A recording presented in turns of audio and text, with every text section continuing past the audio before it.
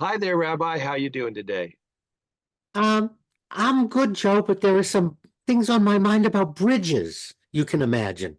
Okay, with trepidation in his voice, he said, "Well, let's hear what they are."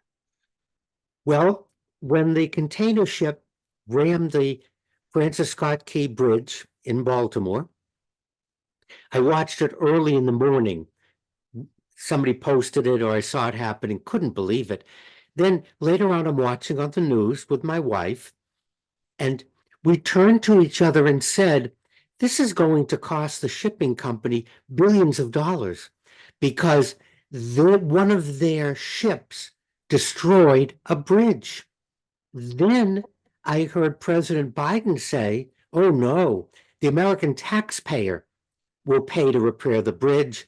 And my blood pressure started to rise, and I object to you, all of yous out there, paying for the damages someone else did.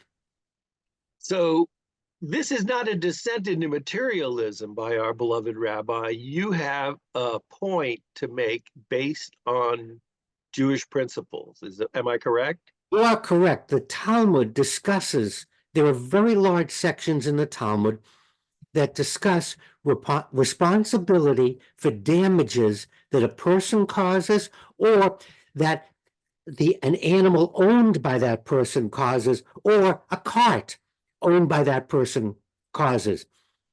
And page after page, the Talmud says the same thing. Each one of us is responsible for the damages caused by things that we own, whether it's animal, mineral, or vegetable. Cars. If I destroy someone's property, I may or may not have insurance. Insurance is a separate question.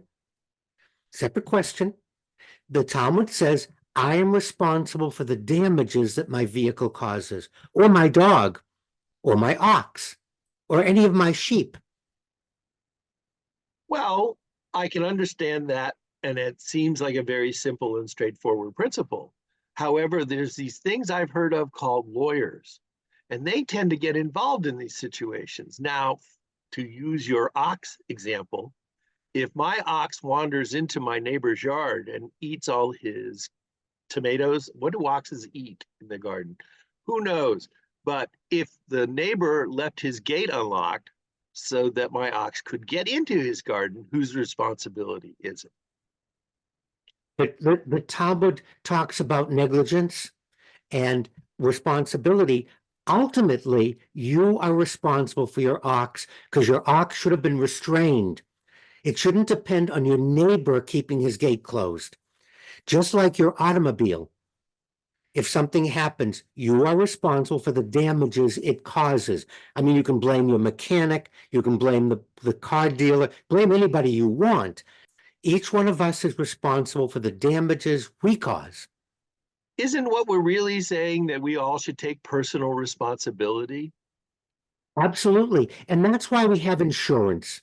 Insurance is a way to spread the cost of damages among all of us so that all of us who drive, all of us that own a house, all of us that own a condo can share with the responsibility if something happens to one of us in the pool. That's the idea of insurance. A pool of people.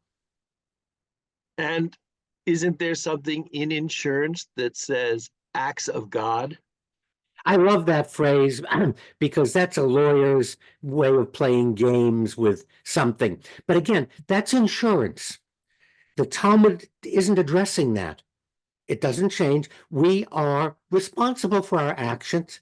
We're responsible for the things that we own doing damage to someone or somebody else. And that's my only point when I watch this, that the President of the United States, oh, all of a sudden, the federal government will pay. Well, the federal government is not an abstraction. It's us. I do not want to pay for the damages caused by the negligence of a shipping company. And the Talmud supports what I'm saying. There you go. And I bet if it wasn't an election year, they might listen to the Talmud.